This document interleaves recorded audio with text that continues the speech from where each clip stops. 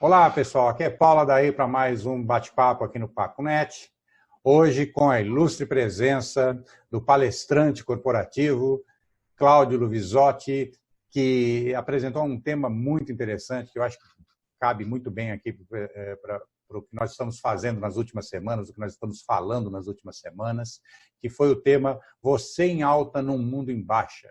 Ele apresentou esse tema recentemente, inclusive, no ciclo de palestras, no ciclo de webinars que a Alpha Graphics fez aí no começo da pandemia, inclusive visando ajudar seus colaboradores e dar uma visão positiva e prepará-los para superar essa crise, né, para passar por essa crise, né?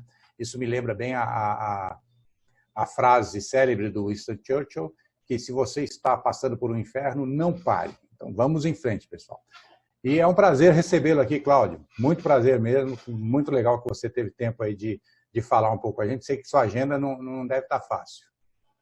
Daíra, eu que agradeço esse convite e ter a presença nesse seu programa, que é realmente tão extraordinário. Eu falo que a agenda, ela mudou, né? A agenda minha, ela era offline, presencial, e agora parecendo ser uma agenda digital, quando você acredita que você tem menos trabalho, pelo contrário. A questão de você... Eu que o diga, viu? Eu que o diga. Eu estava numa tranquilidade antes dessa crise. Antes disso que a gente está vivendo, a minha maior preocupação digital era colocar as fotos minhas, da minha família no Instagram e brincar um pouquinho no Facebook. O que acontece é que esse momento fez com que a gente tivesse a necessidade de se reinventar. Como se estivesse numa festa, se tivesse tomado um soco na boca do estômago, você ajoelha e protege a cabeça, porque você sabe que melhor coisa não vai aparecer mesmo. Então, até recuperar os sentidos, até você ver realmente o que está acontecendo, levantar a cabeça e falar, poxa, será que eu vou tomar alguma outra porrada? Até saber de onde veio o soco. Você não quer nem saber quem deu, você só não quer tomar outro. É verdade. Você não está preocupado com quem, né? Você está preocupado com o que vai acontecer, é verdade. Exato. Exatamente. E fala um pouco dessa palestra aí, parece bastante motivacional, parece bastante para frente, bastante para cima. Sim, o que é desse interessante... tema, né? Não precisa dar spoiler no tema, não, só dizer qual foi a repercussão, de onde surgiu essa ideia, essa necessidade de falar sobre esse tema. Sim, o que é importante quando se fala de você em alta num mundo em baixa é entender que, independentemente da situação que você vive, ou ela vai melhorar ou ela vai piorar. A grande questão é como você vai atravessar aquilo que está por vir. E por quê? Vamos imaginar que, numa época que as cidades não tinham... vamos falar, na época as cidades tinham escorpiões, dengues, quando nós tínhamos problemas catastróficos de filas em postos de saúde que não fosse pelo Covid, né? Quando a gente vê o Covid, a gente imagina que o sistema de saúde nacional era uma maravilha. Né? Era uma maravilha. Estava com folga, né? Estava com folga, a gente estava com 60% de ocupação dos leitos de UTI, que maravilha. O nosso sistema de saúde era um padrão internacional, né? Padrão FIFA, né? Como se dizia alguns anos atrás, né? Padrão FIFA. E aí chega um momento desse e você muda o cenário. Na verdade, você muda a história. Como personagem, você é o mesmo. E aí a questão, você em alta no mundo em baixa, é uma decisão. E por quê? Porque num país em crise, existem dois tipos de pessoas. As que estão em crise e as que não estão em crise. E num país que não está em crise, também tem esses dois perfis. Das pessoas que estão em crise e aquelas que não estão em crise. Então, o maior milagre que existe para a sua sanidade mental, para o seu bolso, para a sua empresa, é que se você está no mundo em baixa, pelo menos que você esteja em alta. Sim. Se a plataforma que você está é uma plataforma baixa, suba no ponto mais alto dela, né? Perfeito. Né? Tem que se destacar. Vamos imaginar que o território é o mesmo. A única coisa que muda é o avatar, é o personagem desse território. Sim. No mundo de formigas, se você é uma girafa, você está acima de todos. Então, essa é a questão. Qual a sua decisão? A decisão sua vem, primeiramente, de definir o que você autoriza te chegar. Se você autoriza te chegar informações que vão levar você para um estado de formiga, você já decretou a posição que você quer ter. Então, o primeiro crivo aí é o filtro. Toda a informação, ela nos molda de alguma forma. Então, qual é a informação, primeiramente, que você recebe? Se você recebeu a vida toda que leite com manga mata, você toma até um sorvete de manga com leite, mas você não bebe o leite. E por quê? Porque os seus paradigmas geraram para você já uma dimensão daquilo que pode ocorrer, mesmo que não seja um fato. Então, nossos paradigmas nos moldam. A partir do momento que você consegue entender o seu paradigma, você começa a mudar a sua realidade. Antes disso, você é uma marionete dos seus pensamentos moldados pela informação que te chega. Muito legal. E me digam, especificamente agora, aí, nessa intervenção que você fez na Alphagraph, como você sentiu a plateia? Como você sentiu as pessoas, a repercussão das pessoas? Elas estavam muito para baixo, elas estavam muito desanimadas, elas estavam brigando, elas estavam apáticas. Como você sentiu a repercussão do seu webinar, ali naquele momento específico? Com o time da Alphagraph, eu sou muito suspeito em falar, porque o carinho que eu recebo da empresa é muito grande. E eu tenho certeza que dentro dos meus paradigmas, pessoas não concordando com o que eu falei, me sorriram, me deram um joinha, me abraçaram, né? E por quê? Porque diante da emoção e diante de você ter razão, você prefere gostar da pessoa. Mas o que eu consegui...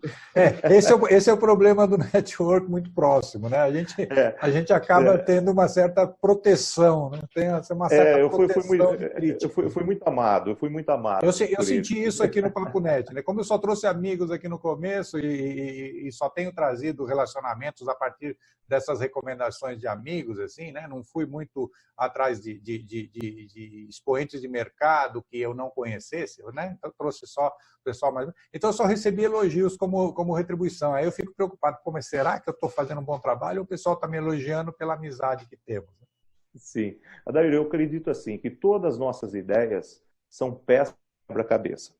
Ou seja, a minha contribuição não é a imagem do quebra-cabeça, é uma peça, uma unidade que compõe uma imagem.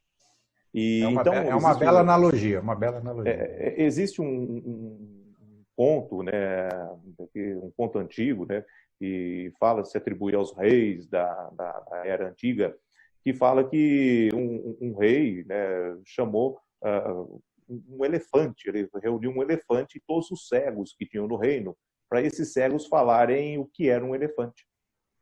Porque ele queria saber, na visão de um cego, o que era um elefante. E eles tinham a imagem do elefante. E esse rei muito sábio chegou no primeiro cego, o cego tateando a pata do elefante, falou, o elefante lembra-se um pé de cedro. O outro segurou na orelha do elefante e falou assim, olha, na realidade o elefante ele é uma bananeira. O outro pegou no rabinho do elefante, né, e falou, eu acho que ele é uma corda. Né? O outro colocou a mão na pele, né, daquele paquiderme, né, falou, olha, ele é uma couraça, um couro muito rígido. E aí os súditos ali falaram, olha, todos eles erraram. E o grande sábio rei falou, não, eles acertaram, porque essa é a imagem do elefante para eles. Então, o que nós estamos vivendo nesse momento, cada pessoa é razão da sua imagem. Cada pessoa é razão, né, da sua percepção desse momento. Mas, de verdade, ninguém tem o desenho pronto do que a gente tem. Ou seja, se existiu alguém de expiação privilegiada que consegue fazer a imagem, vai perceber que todos nós nos conversamos, mas longe de nós termos a certeza, né, do que vai ser o destino, como ocorreu. O que nós temos são frutos das percepções. Respeitar a percepção de cada pessoa é uma forma contributiva de poder ajudar a criar essa imagem. Coisa que é tão difícil nesse momento. Ou seja, eu vejo na televisão, passou o estado do Amazônia, né, e a obrigação que eles usem máscara. Há 2 meses atrás, a obrigação era usar capacete. E o que foi fantástico, você vê o pessoal em cima da moto de máscara, mas sem o capacete. Obrigatório agora é a máscara. Exato, né? Então... Importante. No Covid eu estou protegido, eu posso me arrebentar no asfalto. Mas por exemplo, Manacapuru, que é perto de Manaus, eu conheço essa região, tenho clientes lá, a Zona Franca de Manaus, eu faço muito evento nessa região. né? Ou seja... Eu trabalhei na Sharp na década de 80. Então você tem essa informação, ou seja, o maior índice de morte é por queda de moto, porque tem mais moto do que habitante. Mas agora a pessoa usando a máscara, ela está mais segura. Né? Então você vê que são paradigmas, coisas difíceis de você tentar mudar. É verdade, é verdade. Agora você falou essa questão aí do que você faz com o seu conhecimento, né? Você me lembrou um pouco uma coisa bem antiga aí, como você até falou dos reis aí medievais, os reis antigos. Me lembrou Santo Agostinho, né, nas Confissões, no livro dele, que acabou sendo base para transformar, para dar bases filosóficas para o que depois veio a ser a nossa Igreja Católica. Né? No livro dele, ele fala da Trindade, né, que são os 3 aspectos do conhecimento, que na verdade foi traduzido na Igreja como a Santíssima Trindade, o Pai, o Filho e o Espírito Santo. Mas sem falar de religião aqui, Santo Agostinho falava de que era basicamente o conhecimento, ou seja, o saber total, Deus, né, que seria o conhecimento total, o Filho dele na Terra, que na verdade o que chega na Terra aqui, o que chega para nós, é o que nós entendemos daquele conhecimento total, ou seja, como somos limitados, nós só conhecemos uma parte, só interpretamos uma parte, né? A pele do elefante, o rabo do elefante, a tromba do elefante, o pé do elefante, né? A gente só pega uma parte desse conhecimento, né?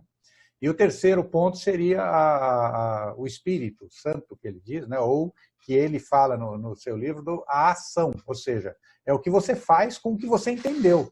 Né? Existe uma verdade para você saber, uma realidade para você interagir, você entende ela de uma determinada forma e aí você age em cima do que você entendeu. Então essa é a trindade que Santo Agostinho falava e que depois veio por Constantino e no Concílio de Nicéia veio a se elaborar em cima disso e definir as bases da Igreja Católica em cima dessa visão do conhecimento. E que, na verdade, era uma questão filosófica de Santo Agostinho. Né? Ele estava falando, poxa, existe uma verdade que nós não conhecemos, que é o mistério, que ele chamava de mistério no seu livro, existe o que nós entendemos, que é a nossa crença nesse mistério, e existe o que nós fazemos com isso. Então, no final das contas, o que nos define é o que nós fazemos, é o terceiro passo, né? É o que nós conseguimos realizar a partir do que nós entendemos da vida. E é bem isso que você está falando, a gente tem que se posicionar. Por pior que o cenário à nossa volta nos pareça perturbador, pessimista, indo para o buraco, né? Por mais que as coisas pareçam, a gente tem que ter uma atitude proativa e positiva. Parabéns, é uma palestra muito interessante. Olha, não vou perder na próxima oportunidade que eu tiver de te acompanhar nessa palestra aí. Sensacional. A hora que você está falando, Daí, eu vejo aqui na minha biblioteca, né, inclusive esse do Santo Agostinho, ele está aqui do lado. Ah, sim. É um dos grandes pensadores da humanidade. Sim. É um dos grandes Como filósofo, eu sou agnóstico, eu não tenho religião. Apesar de minha mãe ter me ensinado a rezar o terço na Igreja Católica, ela ser bem carola, dentro do jeitinho dela italiano de ser. Mas eu não sigo religião, né? Mas eu sigo a filosofia, eu respeito muito esses pensadores aí, principalmente Santo Agostinho, que tem balizar para mim, né? Você está falando aqui, é interessante que eu começo a ver aqui meus livros, e eu coloco aqui Agostinho de um lado, ele está aqui, na minha frente eu tenho Dante, né? E aqui do meu outro lado, fantástico. Né, eu tenho um ensaio de Spinoza. Né? Desculpa, qual foi o último? Spinoza. Spinoza, o grande Spinoza, sim. E vamos falar de Spinoza. Quer ver coisa interessante quando se fala de Spinoza? Você entrou no campo da... Claro, vamos lá, vamos em frente. Vamos ver que o bate-papo é para isso mesmo, é por aí mesmo que tem Spinoza. Vamos fazer um paralelo que a gente está vivendo hoje, né? A opinião, ela é mais importante do que o resultado. A gente vive isso hoje. Qualquer informação nova que vá contra o seu conceito, que torna-se o seu preconceito, gera para você um certo problema. E se a gente parar para analisar, os maiores problemas que a gente está vivendo não se trata de um vírus, não se trata de uma queda fisiológica da capacidade da humanidade, da imunidade, se trata de uma política, se trata de saber quem tem razão, Se trata de saber de que lado de quem você está. Isso é o que é o grande problema da questão, porque opinião você não muda do dia para a noite, né? E é muito difícil você endossar a razão de alguém, porque a partir do momento que você endossa a razão de alguém, você tira a sua razão. Né? E Spinoza é o exemplo claro disso. A vida de Spinoza é muito curta, é muito curta. Se você pegar estudos de Spinoza, você vai ver muito pouco. E por que pouco? Porque alguns estudiosos falam que ele viveu no máximo 20 anos.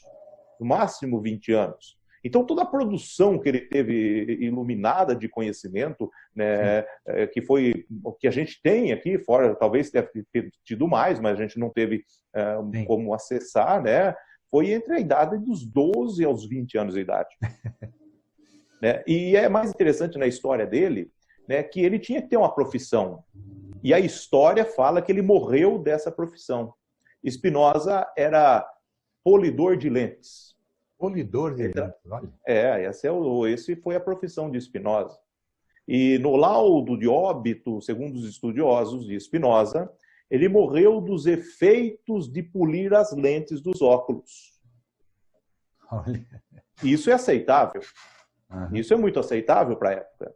Olha, morreu alguém porque os fluidos, o vapor que compõe na hora de você polir o cristal das lentes, né, isso é muito tóxico. Agora, vamos partir para um lado mais lógico. Polir lentes significa alguém que abre os olhos da pessoa. Polir lente é alguém que traz a visão. E nada mais justo de alguém que traz numa época de trevas a luz da visão, morrer pelo seu efeito. Pagar o preço, né? Pagar o preço por essa iluminação.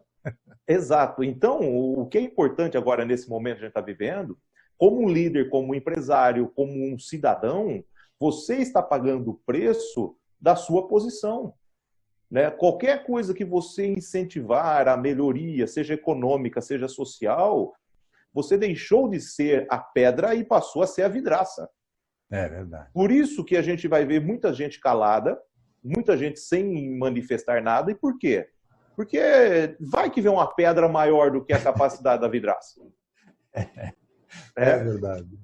Então é aquela coisa, ou seja, mesmo tendo aí os ausentes, nesse momento, né, os ausentes eles são maioria, e a maioria vota aquilo que a minoria diz. Então, né, a função desse momento é o que nós vamos fazer? Vamos esperar. Porque muita gente está vendo o fim da descida. E se não tiver subida? E se não tiver? Né? E se piorar? Né? A gente começa a ver aqui, né? É tranquilo você ter o seu alguns efeitos. E se alguns efeitos desencadearem um processo irreversível? Perfeito. Ou seja, como você vai passar tudo isso daí? Então, eu até falei, é muito bacana você ver o pessoal na rede social, né, com um Jagmaster na beira de uma piscina, com um guarda-sol bacana, não está chovendo, o sol está bacana, e falando quarentena. Desse jeito, quarentena eu queria a vida inteira, né? Ou seja, é a quarentena dos sonhos, né? Ah, sim. Mas tem também a questão social, a questão da responsabilidade. Difícil é fazer quarentena em Pirituba, né? Aliás, parênteses, eu moro em Pirituba. Exato, né? Nada contra Pirituba, o problema é as condições de se fazer a quarentena. Exato. Então esse é o momento, ou seja, você tem que ser o seu motivador. Porque se você olhar ao seu redor, não vai faltar ódio, não vai faltar motivos para você se revoltar, não vai. O terceiro vai ser o agente da sua emoção. Você não vai estar no controle das suas emoções. Sim. Então isso é importante, polir as nossas lentes. Enxergar aquilo que você é capaz de enxergar e não aquilo que estão colocando para você. Exato. Isso é o que molda o pensamento da sua capacidade de estar em alta. É enxergar além da lente, né? O que está depois enxergar além da lente, exatamente. Essa é a função. Cláudio, olha, maravilhosa aqui. Eu ficaria mais um tempão aqui conversando com você. Gostaria de convidá-lo para voltar, para a gente voltar com alguns papos aí específicos, alguns temas específicos, novos temas, voltar a falar aqui. Mas, infelizmente, nosso tempo está acabando. Eu gostaria de pedir para você aí se despedir dos nossos seguidores, aí, dos nossos espectadores, nesse bate-papo super agradável, aí, super animado, passou voando aqui. Verdade. E agradeço muito pela experiência que você está nos proporcionando aqui. Muito obrigado. Adair, eu que agradeço. Na era da atenção, eu falo que hoje eu fui um vitorioso, porque eu não sei quem está online nesse momento, porque a minha tela aqui, né, eu fiz questão de deixar só em você, porque nós vivemos a era da atenção. E se você conseguir dar atenção a uma pessoa, na era da atenção, você já fez a diferença. Essa é a parte interessante. De primeiro a gente brigava por terra, depois a gente brigou por máquina, depois a gente brigou por dinheiro, depois a gente brigou por razão. Hoje é a atenção. Então, a hora que você acordar de manhã, dê atenção aos seus que estão ao seu lado. Não vai pegar o seu WhatsApp para saber o que aconteceu sem saber se tem alguém vivo ainda dentro de casa, né? Ou seja, se ninguém morreu, né? Olhe para os seus. Se cada um olhar para os seus, a responsabilidade vem. E mesmo que estejamos errados, ainda em 24 horas, 2 vezes por dia nós vamos estar certos. Então, na sua razão, né, adote essa postura de cuidar pelos seus. Perfeito. Pessoal, esse foi mais um Papo Net, um bate-papo aqui super agradável, super descontraído, aqui com Cláudio Luvisotti. Oi, sensacional, um palestrante sensacional aqui. E esperamos que ele retorne logo. E como eu sempre digo, se gostaram, curtam, se não gostaram, critiquem, chamem a atenção, deem palpite, questionem, tá? Ninguém vai ser bloqueado aqui não por causa disso, pode ficar tranquilo. Se inscrevam no canal se gostaram, adicione as notificações para saber dos próximos bate-papos. E como eu sempre costumo dizer para fechar os nossos bate-papos, a sociedade, a humanidade, ela é uma sociedade colaborativa. Nós sobrevivemos, começamos a construir o que nós chamamos de civilização em torno da colaboração. Foi colaborando que a gente se uniu, construiu aldeias, cidades, estados, países, nações, impérios. E hoje, pela primeira vez, essas 6 ou 7 gerações que estão vivas e aproveitando esse mundo tecnológico que vivemos, têm pela primeira vez as ferramentas para fazer essa colaboração de forma a não se preocupar com a distância, com fronteiras e até mesmo com a linguagem. Hoje existem ferramentas fantásticas para a gente fazer essa colaboração a nível global. Então, utilizem essas ferramentas para a gente evoluir como sociedade e construir um novo futuro para todos nós. Muito obrigado e a gente se vê no próximo bate-papo. Obrigado. Valeu.